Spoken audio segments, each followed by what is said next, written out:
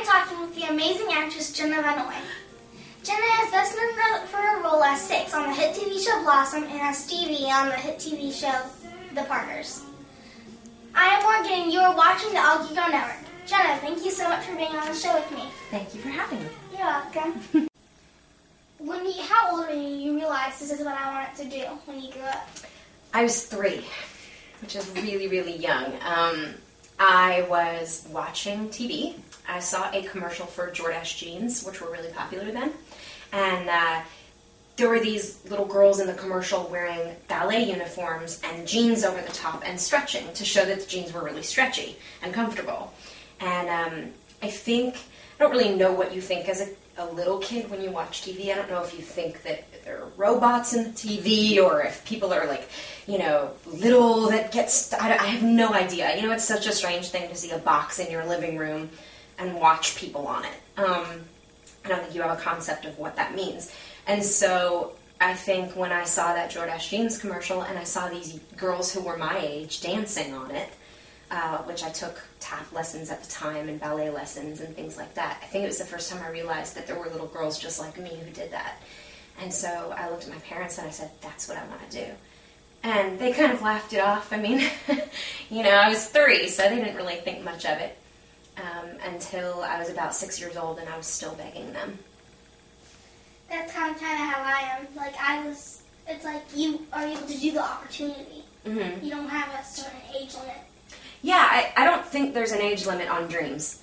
I think that some of the most incredible writers and musicians and actors have started at really young ages.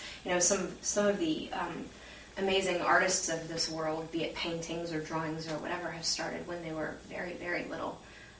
Maybe they weren't discovered until later, but I think everybody started young. The passion burns young, When you were little, what was did you go to a real school or did you get tutored on the road?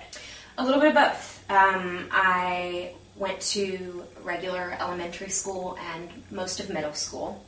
And when I was in middle school, when I was 12, that's when I got my first big show, which was Blossom.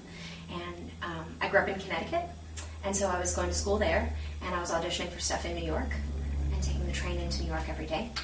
And when I got Blossom, they moved me out to Los Angeles. And so when that happened, because I was on the set all day, every day, I had to have a tutor on the set. I can see that, because then if you go to school, you won't be able to be on set all day. Right, yes. Well, and my school was in Connecticut, and at that point I had to be in Los Angeles, and so to transfer all of my work out there, it was easier for them to provide a tutor. But actually, the laws are that they have to provide you with a tutor because your studying is really important, and education is really important as well. So, what was your favorite thing about being a child star? I think really just the ability to do what I love all day long. And I got to do there was some really neat stuff that came along with it. I got to do things like go to children's hospitals and talk to the kids there, and which I wouldn't really have had an opportunity to do otherwise. And I got to go and perform places, like I got to sing the national anthem at a couple of the NBA All-Star games, and just some really cool stuff like that. I met some really amazing people, and it kind of launched a career for me that I don't know. I think I always knew in my heart that my career would be huge. I just didn't know how I was going to get there, and so it was kind of a neat beginning. Like just letting fate take you. Yeah, absolutely. What did you not like? What was the least thing you didn't like about being a child star? I think that if you asked a lot of kids who were on television shows at that time what the hardest thing for them was, they'd say it was a lot of pressure. I didn't feel that it was a lot of pressure because I loved it so much. It was difficult to juggle school and friends and the show and everything all at the same time, and press, they were sending us on a lot of press opportunities and things like that at the same time. But I don't know, I think honestly the hardest thing was being away from my family. My mom was out in Los Angeles with me, but I'm the oldest of 4 kids, and so my middle brother and sister were still in school in Connecticut, and so my dad stayed with them so that they could continue on with their schooling and their friends and their after-school activities, and, my brother was really big into soccer and karate and a bunch of stuff like that, and my sister was really big into gymnastics, and they didn't really want to take that away from either of them, which I think was a smart move. And so, but it was hard to be away from them, so every time we got a week off, we would be racing back to Connecticut to go see them. So your family is, really close like this? Oh, yeah. Absolutely. What is your most favorite thing about being an adult celebrity? I don't really think of myself that way so much. I don't really live the lifestyle that I think people associate with being a celebrity,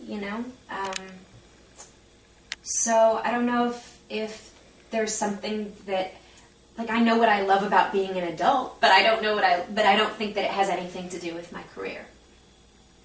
I know how that feels. You get the stuff as a child, but then, you're kind of not a child star anymore when you get, to the adult age. Yeah, I think, it's been interesting to make that transition from being a child on television to being an adult on television, and I think it's still really hard sometimes for people to appreciate that I've grown up,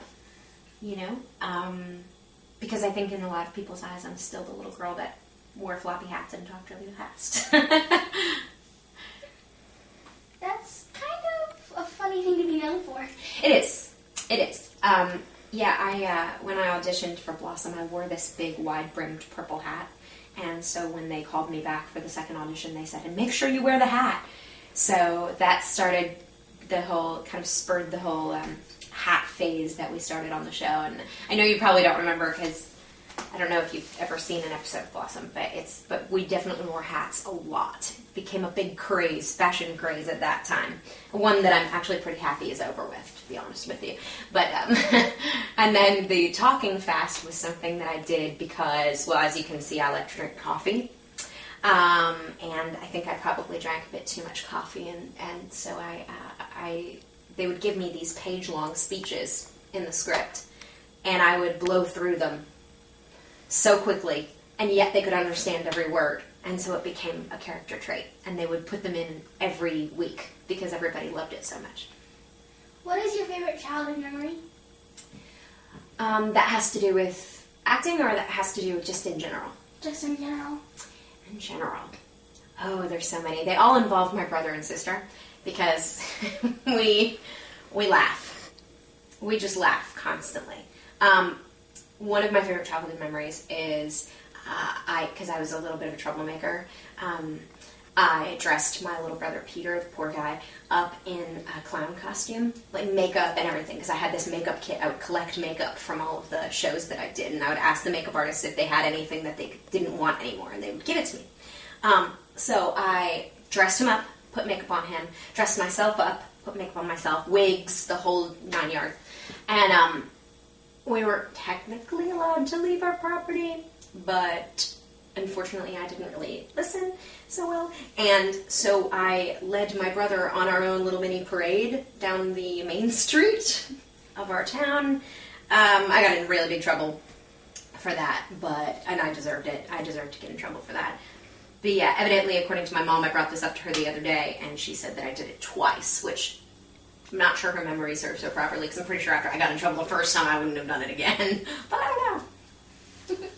I once dressed my little brothers up, and I've done, play makeup on their face, and I put in princess dresses. Nice. I used to do that to my littlest brother, who's 11 years younger than me. His name is Tyler, and I would call him Tylerina. I hope you don't see this, Tyler, because I know you'll get mad at me for sharing that with the whole world. I'm sure his girlfriend will be thrilled to hear about that story. Funny. Yeah, I should find pictures. It's pretty hilarious. Looking back, would you change anything in your life? Nope. Absolutely not.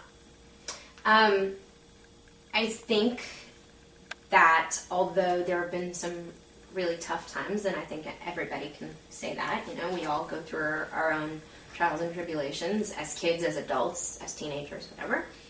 I think, that's what you look, I look back on all the memories fondly, even if they're bad memories, because I know that I would be a completely different person if I hadn't had them. Growing up, who was your idol? Who inspired you? I think that's changed a lot over time. I think when I was a kid, as I said before, we didn't watch a whole lot of TV. We didn't go to a whole lot of movies. So the people that I admired weren't really, there were people around me. There were my parents. My grandmother was really, really close to my grandmother, and I'm a lot like her. She's where I got my height from, because my whole family's really tall, except for me. And she was also incredibly stubborn. I can't imagine where I got that from. And so I think it was the people around me that I really respected and looked up to. I worked with a director named Bill Bixby, there was a TV series many, many years ago called The Incredible Hulk, and he was in that. He was one of the stars of that, and he was our director for the first couple of years of Blossom, and he was amazing, and I really looked up to him and admired him. And then over time I started looking at actors and appreciating actors, like quirky actors like Parker Posey and John Cusack, and people that were just a little bit offbeat, So yeah, I think the people that I admire have really changed over the years. Growing up, what was your most challenging role?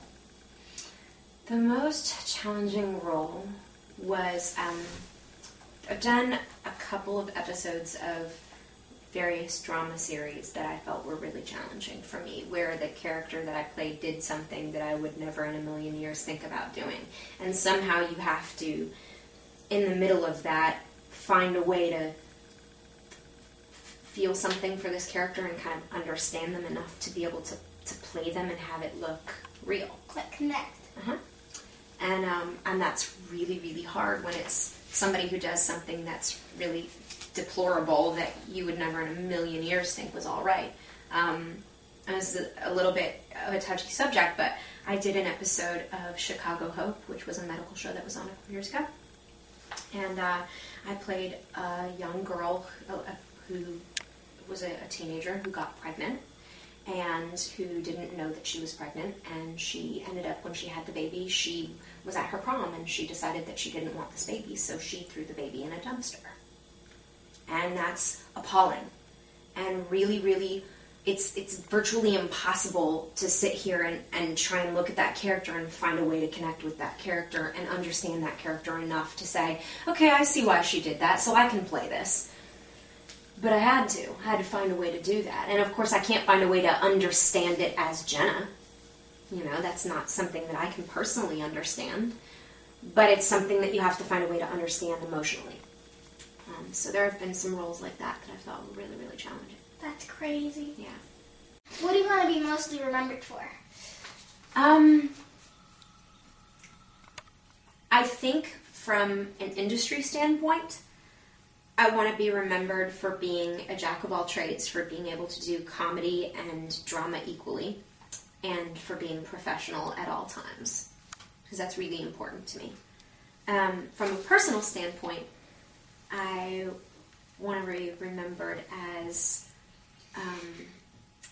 a mother and a wife and a friend, and that I was the best of all of those that I could be. Is there anything else we did not discuss that you'd like to talk about? I don't know. As long as you promise me in a couple of years when this is a huge hit that you interview me again in case there was anything I forgot. I promise. Okay. Deal. Thank you so much for talking with me. Of course. Thank you. I had a really fun time. Good. Good. Me too. And I definitely want to do this again. Okay, good. I'm in. Thank you for watching. Until next time, live, laugh, love, Augie.